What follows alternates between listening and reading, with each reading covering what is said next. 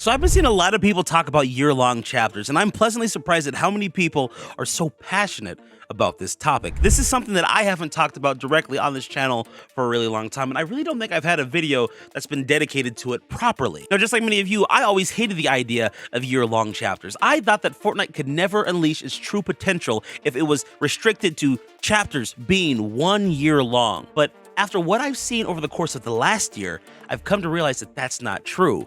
And for the people that want year-long chapters, what I'm realizing is that's not actually what you're craving. No, there's something deeper that you're looking for that Fortnite might not be giving you right now, or that you're not finding fulfillment in within Fortnite. I want to dive deep into that, but before we get there, we need to understand how it is that we got here and why it is that people think they want year-long chapters in the first place. One thing that I think you all should know about me is that I played every version of Fortnite that's ever existed, all the way from Chapter 1, Season 1, to the present day. I have a small window of time where I skipped out during Primal, but other than that, I have played pretty much every iteration of Fortnite that's ever existed. Now, because I played every season of Fortnite, I have a good understanding of how things used to be as compared to how they are now. As I said before, I used to miss yearly chapters, and I have to admit there was something magical about them, but what people need to understand is the reason why Fortnite chapters used to be so long in the beginning was because Epic didn't know what the hell they were doing. Now, before I expound upon this point, I want to mention a couple of people that helped me to understand it a lot better. Those people would be Muji and my boy Mr. JOI. They both have made fantastic videos on this topic, and after you watch mine, you should definitely check out both of theirs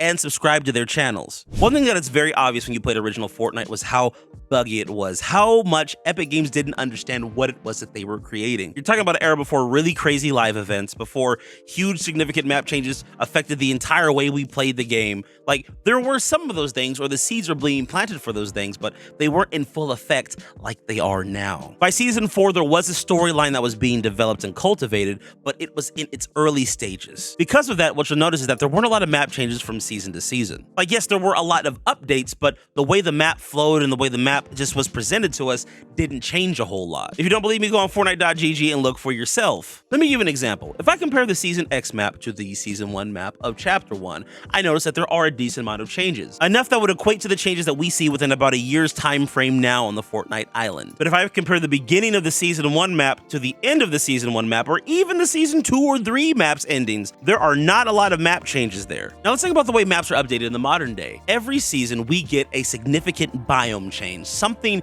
huge changes on the map. It could be a new jungle, a desert biome, the map could get chromed, whatever. A huge corner of the map, about a quarter of it, gets transformed. This is where my boy Mr. JOI's video really comes in handy. You see, the way Fortnite map changes and updates work now is that every quarter of the year, or every season, a quarter of the map also changes. You break that down into 4 separate seasons, there's 4 different biome changes. At the end of a chapter, you basically got almost an entirely new map. At least to the point where you're not destroying the original integrity of the map. But what I mean by that is you've got certain landmarks or POIs that are still there from the original Season 1 island, but they've carried over into the last iteration or last version of the map. What people need to understand is that because a quarter of the map is being changed each season, by the end of the 4th season, what you kind of realize is that you've had an entire map transform. And if you change any more than that, you might as well just create a brand new map. Once again, I did not come up with this concept myself. This is something my boy Mr. JOI pointed out in one of his most recent videos. Basically, if Epic is going to change any more than they already have by the end of the 4th season, well, they might as well just go ahead and make a new map. And that's what we've been seeing for the last 3 years. Ever since Chapter 3, this has become the Fortnite meta moving forward.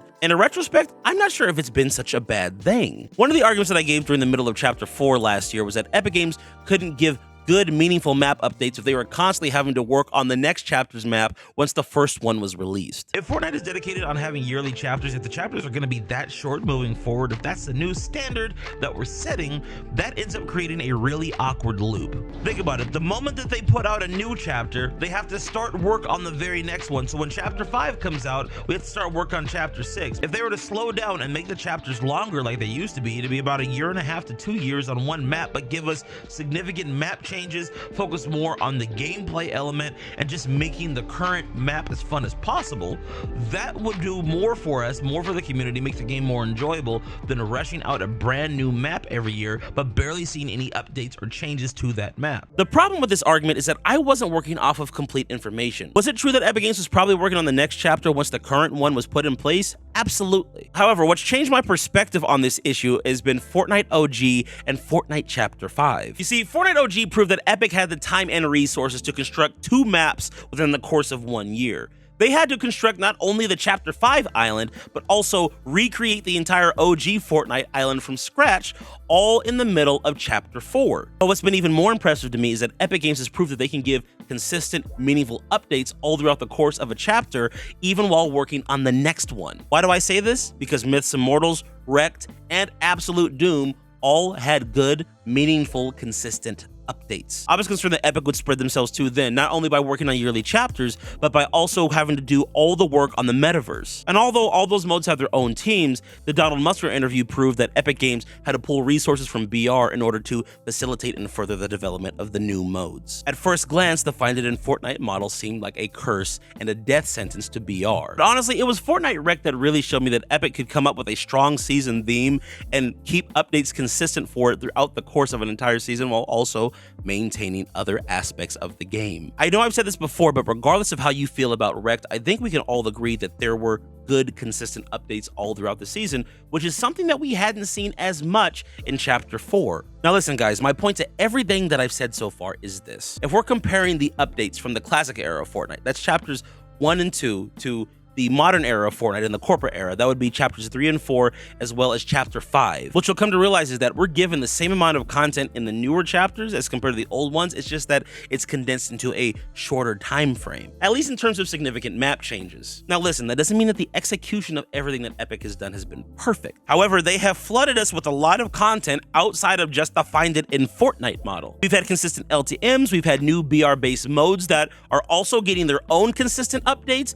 as well as the updates that we're getting in main BR. And yes, some of the updates are dependent upon collabs. I get that. I'm not always the biggest fan of them myself, but the point is, someone is, and they are clearly working, because these updates attract people to Fortnite. Teenage Mutant Ninja Turtles, Avatar: The Last Airbender, Pirates of the Caribbean, these attract the fans of those franchises and bring new players into Fortnite. Another thing I'd like you to take into consideration is that the yearly Fortnite chapters have gotten to a point where they've been around almost as long as the longer Fortnite chapters have been. Basically, from September of 2017 all the way to December of 2021, those were the first 2 chapters of Fortnite. You're looking at almost 4 years. But for the last 3 years, we've had a new season of Fortnite every year. So basically what you need to understand is there are probably the same amount of people that have experienced year-long Fortnite seasons as there are people that have experienced how seasons used to be in the past, where they were about 1.5 to 2 years long. This truly is a new era of Fortnite, and Epic Games needs to make changes that reflect that. Now, in spite of everything I've said so far, it begs the question, for Fortnite moving forward, is this the best decision for the game? Is this the most optimal way for the game to carry out updates and chapters moving forward into the future? And on top of that, why is Epic Games truly adamant about making this shift? Is this truly the best move for the player base? First of all, it's no coincidence that Epic Games starts a new Fortnite season during the holidays, right when every major video game company is coming out with a new release. In order to keep people on Fortnite, Epic Games has to stay competitive. If they started releasing new Fortnite chapters in, like, let's say March or July, they would probably lose a lot of their player base during the winter time. You'd have people playing the new Dragon Ball, the new Call of Duty, the new Five Nights at Freddy's, whatever video game is coming up, people would rather play that than an old chapter of Fortnite. This also kind of leads into the next point, which is that the Fortnite player base has a very short attention span, and I mean this with the utmost respect. See, people are already quick to say that Fortnite is dying when they see 600,000 people between the 2 main playlists out of the dozens that exist on the platform. But to be fair, 300,000 in builds and 0 builds might actually be low numbers for Fortnite. Compare those numbers to what you see during OG or the start of a chapter, they could be considered abysmally low. But for your average video game, just those 2 modes have more than most video games on the market. What people need to understand is that player interest diminishes over time the longer a season goes on. Not to mention, there's something else that I think a lot of you aren't taking into consideration. What happens if the player base doesn't resonate with a chapter's theme or meta very well? For example, I don't think you need me to tell you that Chapter 5 has not had the greatest reviews amongst the player base. There are a lot of people that think that this is the worst chapter in Fortnite history. I honestly would be inclined to agree. Compared to the previous 4 chapters, Chapter 5, in my opinion, is definitely the weakest, even though I've had a lot of moments where I've loved the hell out of this chapter. All of those things that I just mentioned are an example of primary gameplay, a concept that I learned from one of you. I want to give a big shout out to Lumpit because he left one of the best comments I've ever seen on one of my most recent videos, which was titled, "Fortnite has gone too far." This is what he wrote me. Core gameplay is the game rules, storm rules, how reviving DBNO works, basically the skeleton of BR. Primary gameplay are the guns, heals, basically any item or system such as crafting mods, etc. that helps players protect themselves. Secondary gameplay are all the gimmicks, the fun stuff, and optional items. Anytime any of these get modified, it sends ripples throughout the whole meta. Usually secondary gameplay gets updated with each new season meta, primary with each chapter, and core once in a blue moon, like reboot vans. Wrecked was so controversial to the community because it made gimmicks the primary gameplay. Gunplay became secondary and you couldn't survive without cars or fists. And even when it got balanced, people still felt uneasy with the game because of the swapped hierarchy. But now in the Marvel season, guns are back to being primary. Most of those complaining about Marvel nerfs are still stuck in the Wrecked mindset and think the meta is still swapped around. And that's where I think most of the disconnect comes from. When they use only mythics and forget about the primary gunplay, of course, every balance change to those items feel much more catastrophic. This is a concept that I probably wouldn't have thought of for years, if at all, and they just put it into words so eloquently. Now, why am I bringing this up? One of my biggest issues with Chapter 5, and the reason why I think that a lot of the seasons have just gotten so boring after a while, is because the gunplay, in my opinion, does not feel good. I still believe that hit scan weapons feel better than bullet drop, and I know that this is a topic the community is divided on. But when you mix that along with lackluster weapon attachments and a weak medallion system, I'm just not fully bought into this version of Fortnite. I'm happy that Epic experimented with it and tried it out. I still have fun during the chapter, but it doesn't feel as fun to me as OG original core Fortnite gameplay. Now I just want you to imagine for a moment having to play Chapter 5 with this gameplay meta and this gameplay loop for a year and a half to 2 years. Is that something you can tell me that you would honestly want to do? Is that something that you think Epic Games should force us to do? If the answer is no, then having yearly chapters is a godsend. Yearly chapters keep the game from feeling monotonous, especially if a meta is terrible. And when you take into consideration how player bleed-off happens over the course of any chapter, regardless of how good or bad it is, it makes sense that Fortnite wants to do a refresh at the end of every year, as well as bringing in a mode like OG, which revitalizes the community with something familiar, gets a bunch of people back on the game, and then hopefully that player base wants to check out the nice brand new shiny version of Fortnite that exists in the new chapter. This is one of the big reasons why Epic has switched to year-long chapters, but there's a couple more that I think reinforce this point. The second one I think is probably the most important and the biggest reason why they do this. But a lot of you may not know, and this is something that I didn't understand until Postbox Pat had to explain it to me, but basically Fortnite is and always has been one big advertisement for Epic Games to show other game developers and companies what the potential and capabilities of UEFN or Unreal Engine are. Basically, Fortnite is Epic Games' testing ground to tell companies and brands, hey guys, you see our big popular game Fortnite Battle Royale, which we make billions of dollars on every year? Well, you see all the success that we're having because of these cool features? Well, that was all done under the umbrella of Unreal Engine. And if you want a piece of the success, all you gotta do is get Unreal Engine for your company too. The capabilities of Unreal Engine 5 were so powerful that one of the upcoming Transformer games was put on the shelf because the developers wanted to switch from Unreal Engine 4 to 5 to make sure the game could be even better than what it was going to be. That's why Transformers Reactivate is currently in production hell, because the producers of that game had to basically rebuild it from scratch, all because they wanted to switch to Unreal Engine 5. And I guarantee you, some of the stuff that they saw in Fortnite Chapter 4 was the catalyst for them wanting to do that. Outside of selling Vic Fortnite skins, Unreal Engine is the main driving force of how Epic Games makes money. And listen, as much as some of you may not like it, Epic Games still is a company and they still need to turn a profit, especially if you want to continue to play Fortnite. Finally, I think the last reason why Epic Games is content on yearly chapters is because it's just easier for them to manage. They basically have created a formula that they know works for audience retention. At the end of every year, we're going to give people something that they're familiar with, which is Fortnite OG. That'll bring a lot of old players back. Once we capture that audience and have them there, we'll present them with the new version of Fortnite, and we'll hopefully hold a lot of those players throughout the course of the next chapter. As the chapter goes on, we know that there's a healthy bleed through of players, but the hope is that every year that bleed through gets bigger and bigger. So maybe next year, Fortnite is averaging between 400 to 500,000 players between BR and Zero builds, as compared to the 300,000 that they're averaging now between both modes. Not to mention all the other projects that they have going on like Reload, Rocket Racing, Lego, etc. Basically, the current model not only keeps the game fresh, but it gives the player base something new and exciting to look forward to consistently every single year around the same time. Epic Games is in essence creating a new tradition. That word right there, tradition, is the thing that I think a lot of you are missing rather than chapters being longer than a year. See, one of the arguments that I've been hearing from people that say they dislike yearly chapters is that we aren't given enough time to grow attached to an island and build good memories on it. That it just rushes the seasons or rushes the chapters way too fast as compared to how things used to be. I would argue that that's just simply not true. Some of the chapters that I have the most nostalgia for are ones that were only a year long. I miss chapter 4 a lot, more than I thought I would. I even miss chapter 3.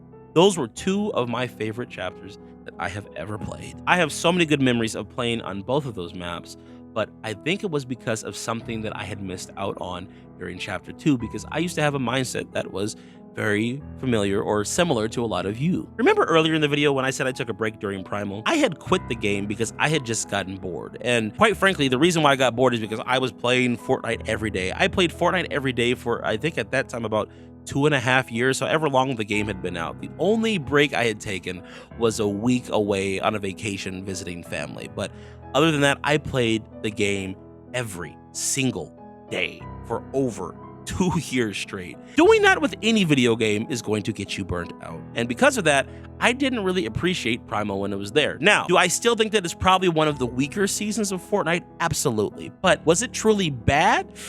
I don't know if I can say that. First of all, just because I don't like something doesn't mean that it's bad, but I would argue, really, Fortnite's never actually had a bad season. I know that's a hot take, and it's something I plan to talk about in a future video, but I want you to really think about that for a second. Basically, the way I look at it is that every single Fortnite season is someone's first season, and I think there's enough good intrinsic qualities with this game to get somebody hooked on it to where they'll want to continue to play for future seasons if any season is their first one. I've seen some of you guys comment on my video saying Primal was your favorite season because that's when you started, and I think that that's really dope. And when I came back to Primal after I took 2 months away from the game, I absolutely loved it. The problem was I had an imbalance between Fortnite and my personal life, and when I started working on my personal life a little bit more, Fortnite became more enjoyable. Sometimes a change is as good as a rest, but also sometimes you just need to take a break from something. I needed to change something in my life, and that was to get certain parts of my life together.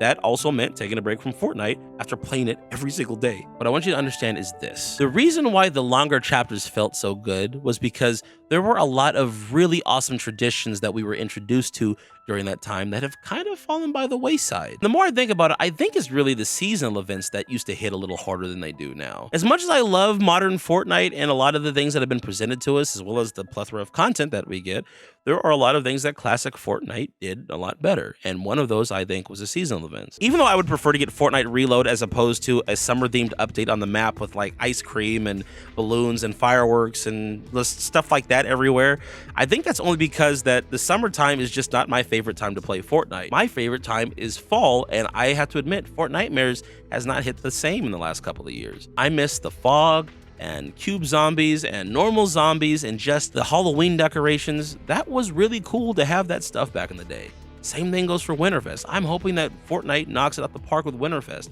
Not having Crackshot's cabin last year was a huge blow to the community. But regardless of what season or what time of year is your favorite to play, those traditions are important to all of us. And pretty much ever since we've gotten yearly chapters, we've also seen the degradation of a lot of these old traditions. Here's one more thing I want you guys to consider as well. I think another reason why yearly chapters have such a bad rap is because that's when a lot of negative changes started appearing within the Fortnite community.